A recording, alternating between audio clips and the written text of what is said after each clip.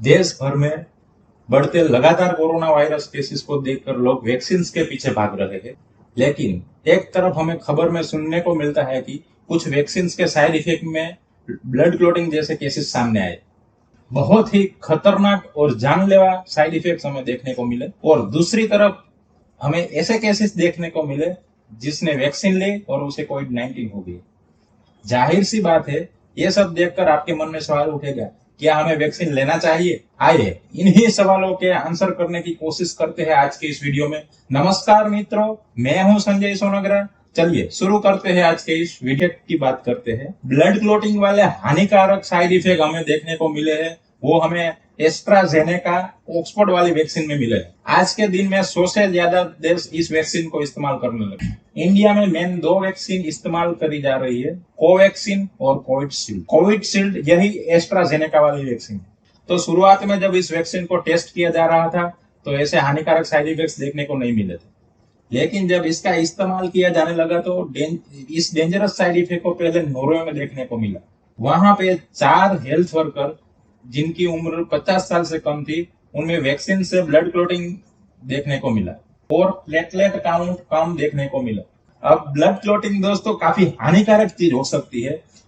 अगर वो आपके ब्रेन जैसी जगहों पर हुए तो आपके ब्लड फ्लो को ब्लॉक कर सकती है, जिससे आपकी डेथ हो सकती है। इन 4 में से 2 हेल्थ वर्करों की डेथ हो गई ब्रेन हेमरेज की वजह से, और बाकी 2 को हॉस्पिटलाइज किया गया। और बाकी सिमिलर केसेस देखने को मिले डेनमार्क में, जहां पे एक औरत की डेथ हो गई, और इटली में जहां पे एक इंसान की डेथ हो गई, और यूके में ऐसी 7 डेथ देखने को मिली। इन सारे केसेस को देखकर बहुत सी कंट्रीज ने बैंड लगा दिया इस वैक्सीन। डेनमार्क पहली कंट्री थी जिसने एस्ट्राजेनेका वाले वैक्सीन का यूज टेम्पररी सस्पेंड कर दिया। उसके बाद आइसलैंड और नॉर्वे ने भी ऐसा ही। इन कंट्रीज ने ऐसा कहा, हम as a precautionary measure in vaccine को इस्तेमाल करना बंद कर रहे हैं।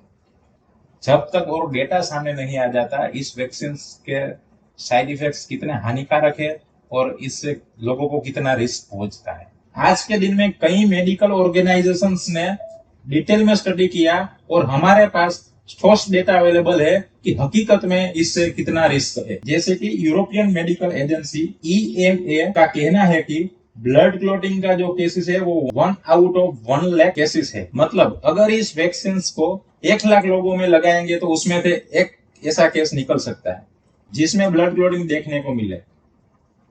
तो ये जो रिस्क है वो वेरी रेयर रिस्क।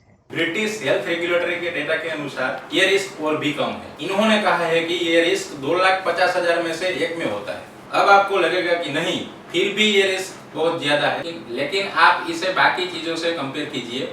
किसी भी इंसान को ऑन एवरेज एक्सीडेंट में मरने का रिस्क होता है 1 आउट ऑफ 500 और डूबने से मरने का रिस्क होता है 1 आउट ऑफ 1000। तो मैं आपको अंदाजा दिलाना चाहता हूँ कि एक्चुअल में ये जो रिस्क है वो एक्चुअल में कितना स्मॉल रिस्क है। इसलिए इन सारी मेडिकल ऑर्गेनाइजेशंस ने रेकमेंड किया है कि इस वैक्सीन को इस्तेमाल करते रहना चाहिए, क्योंकि जो कोरोना वायरस से मरने का डर है एज कम्पेयर टू वैक्सीन से वो कहीं ज्यादा है।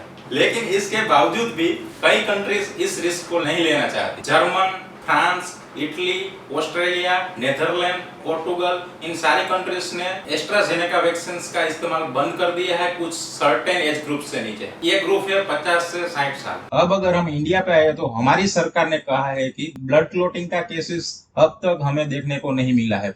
सरकार के दिए गए डेटा पर पता नहीं कितना भरोसा कर सकते हैं, क्योंकि सरकार अक्सर डेटा को छुपा कर रखती है।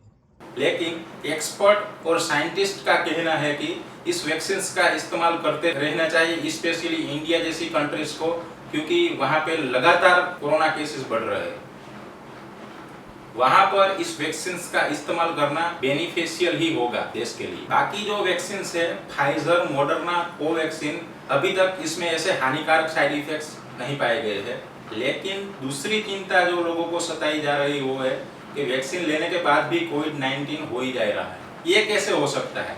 इनके पीछे दोस्तों कई रीजन है। पहला रीजन है कि वैक्सीन इंस्टेंटली काम नहीं करती, उसको टाइम लगता है आपकी बॉडी में इम्यूनिटी बिल्ड। अच्छी खबर ये है कि दोनों डोजेस लेने के बाद और 30 दिन के इंतजार के बाद भी आपको वायरस का इन्फेक्शन हो जाता है तो उसको हॉस्पिटलाइजेशन का चांसेस ऑलमोस्ट 0% तक। यानी वैक्सीन लेने के बाद आपको कोविड-19 हो सकता है, लेकिन इतने स्ट्रांगली नहीं कि आपको हॉस्पिटल में भर्ती करना पड़े या फिर आपकी डेथ। इनफैक्ट कुछ एक्सपर्ट का यह भी कहना है कि वैक्सीन की 100% इफेक्टिविटी है आपको डेथ से बचाने की, अगर आपको कोविड-19 हो जाता है दोनों डोजेस लेने के बाद। उम्मीद करता हूं कि दोस्तों आपके मन में जो भी डर होगा, डाउट्स होंगे वैक्सीन को लेकर, वो क्लियर हो रहे होंगे। इस वीडियो को ज्यादा से ज्यादा शेयर कीजिए जिन लोगों को मन में डर है वैक्सीन को लेकर।